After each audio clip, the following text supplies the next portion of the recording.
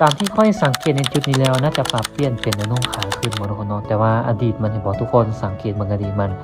ตมันในค่อนข้างว่าจะเป็นแนวโน้มขาลงค่อนข้างว่างามเนาะแต่ว่าปัจจุบันนี้น่าจะปรับเปลี่ยนเป็นแนวโน้มขาขึ้นหมดตามที่สังเกตดูได้เดี๋ยวในรอบนี้เนาะเอางบมา120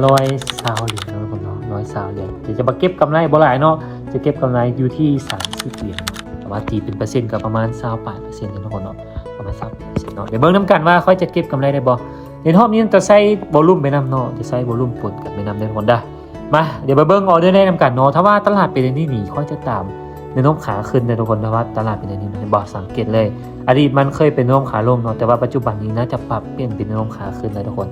โอ้แต่ว่าเฮงขายทุบราคาลงมาเนาะออเดอร์แรกนี้จะเดินไปเลย10 เหรียญทุกคนเนาะจะเดินออกไป10 เหรียญเนาะถ้าว่าพลาดค่อยสิคูณเงินไปทุกคนได้มาออเดอร์นี้เป็นยังไงเนาะออเดอร์นี้เฮงขายพักดันลงมาเนาะแต่ว่ายังจะตามซื้อทุกคนได้ยังจะขอตามซื้อเด้อเพราะว่าจะถามแนวโน้มตลาดขึ้นไปก่อนเนาะเพราะว่าตลาดแนวโน้มในช่วงนี้จะเป็นแนวโน้มขาขึ้นเนาะแต่ว่าจะตามตลาดแนวโน้มขาขึ้นไปก่อนถ้าว่าออเดอร์นี้ผ้าค่อยกระชิคุณขึ้นไปเนาะนะทุกคนสังเกตบอกในจุดนี้บอกปัจจุบันนี้นี่มันกำลังปรับเปลี่ยนเป็นแนวโน้มขาขึ้นเนาะแต่ว่าอดีตมีนี่เป็นแนวโน้มขาลงค่อนข้างงามเนาะเดี๋ยวเบื้องมามันจะลงแล้วก็จะขึ้นงามได้บอกเหลือประมาณ10 ปลายวิแล้วแต่ว่าตอนนี้ขึ้นไปแล้วทุกคนแต่ว่าออเดอร์นี้โบมี่อย่างปฏิเสธส่งท้ายก็น่าจะวินได้ทุกคนเนาะ3 2 1โอเควินมาเนาะออเดอร์แรกครับออเดอร์แรกถือว่าวินมาเนาะทุกคนเนาะถ้าว่าวินมากค่อยกระจีเดือนซ้ำเก้าเนาะคนเนาะถ้าวินเนาะเห็นบ่ตอนนี้มีกำไรอยู่9.5 เหรียญเนาะประมาณ5 เซนต์นะ 9.5 เซนต์ทุกคนเนาะโอ้แต่ว่าเฮงขายทุบราคาลงมาเนาะคนเนาะน่าจะเป็นภาคโตซึบ่ออเดอร์นี้น่าจะภาคโตซึเนาะมาออเดอร์นี้ออเดอร์ที่2เนาะเดินไป10 เหรียญเก่าเด้อโอเคขอซื้ออีกบันนึงก่อนนะจะขอตามซื้ออีกบันนึงเด้อจะตามแนวโน้มตลาดขึ้นไปอีกบันนึงเนาะตามแนวโน้มตลาดขึ้นไปเลยเนาะถ้าว่าตลาดเป็นอันนี้จะตามแนวโน้มตลาดขึ้นไปเลยเด้อเขาจะบ่ส่วนเทรนเนาะทุกคนเนาะถ้าเป็นอันนี้เขาจะบ่ส่วนเทรนเด้อจะขอตามแนวโน้มตลาดขึ้นไปก่อนเด้อโอเค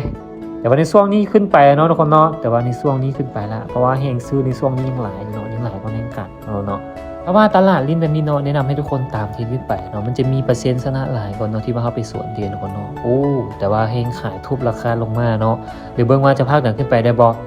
3 2 1โบได้ทุกคนเนาะโอเคโบได้บ่เป็นอย่างเนาะโบได้กับคูณเงินไปเนาะก็จะเดินไป25 เหรียญเด้อเพราะว่าเขาจะเดินแบบคูณเงินไปเนาะถ้าว่าพลาดก็คูณเงินไปถ้าว่าพลาดบ่เกิน3 ไม้ 4 ไม้ก็น่าจะมีกำไรได้อยู่เนาะโอเคเดี๋ยวเดินในช่วงนี้นี่แห้งซื้อยังพักดังขึ้นไปเนาะในบอกมันน่าจะพักตัวซื้อคนเนาะตามที่สังเกตคนเนาะมาออเดอร์นี้ขอจัดซื้อขึ้นไปคนเด้อจะขอจัดซื้อขึ้นไปเลย10 วิทุกคนเนาะออเดอร์นี้มีโอกาสที่ว่าจะขึ้นเป็นเขียวค่อนข้างว่า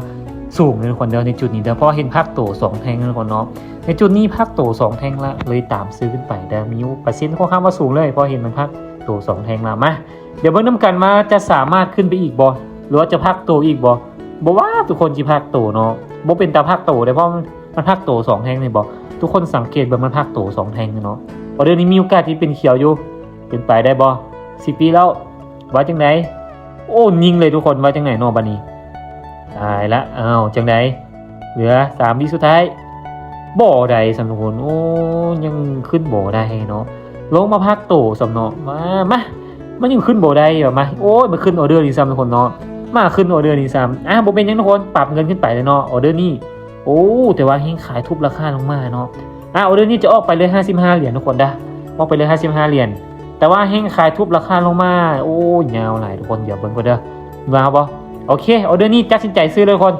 มั่นใจเลยออเดอร์ออกไปอีก5 เหรียญเอาไป5 เหรียญทันบ่โอเคซื้อเลยคนเนาะมั่นใจเลยภาคโต2 แท่งเลยคนเห็นบ่ทุกคนสังเกตเบิ่งอดีตมันเห็นบ่ทุกคนสังเกตเบิ่งอดีตมันเลยเพราะว่าอดีตมันเคยภาคโต2 แท่งแล้วก็ขึ้นเป็นเขียวเนาะเลยตามอดีตมันไปเลยมาเอาเรื่องนี้ค่อนข้างว่าจะมั่นใจเด้อคนเด้อเห็นภาคโต2 แท่งละแต่ว่าเป็นแท่งที่ว่าลงมาเน่าเนาะแล้วก็จงไซอีกแต่ก็บ่มีหยัง100%คนเนาะในตลาดบ่มีหยัง100%ก็วิเคราะห์ไปตามที่ว่าเคยเรียนแล้วก็ศึกษาคนเนาะมาออเดอร์นี้ออกไป2 ออเดอร์เลยเนาะทุกคนเดี๋ยวมาเหมือนกันว่าจะสามารถปิดเป็นเขียวได้บ่ถ้าว่าปิดเป็นเขียวนี่น่าจะได้กำไรตามเป้าอยู่เด้อโอเคสวยกำไรมาโอ้หลายแห้งเนาะทุกคนเนาะเกินเป้าเลยเกินเป้ามา1 เหรียญเท่านั้นทุกคนเนาะเกินเป้ามา1 เหรียญเท่านั้นเนาะเดี๋ยวจะสรุปให้เบิ่งทุกคนว่ากำไรตีเป็นเงินขีดนี่คือเท่าใดทุกคนมาเดี๋ยวจะสรุปให้เบิ่งทุกคนได้มารวมกำไรทั้งหมดเนาะ151 เหรียญมาลบให้ต้นทุน120 เหรียญตีเป็นเหรียญก็ถึกอยู่กำไรเฮาทั้งหมด31 เหรียญเนาะมาเดี๋ยวมาคูณเงินเด้อทุกคนเด้อมาถึงเท่าใดเนาะมาคูณเลยทุกคนเด้อ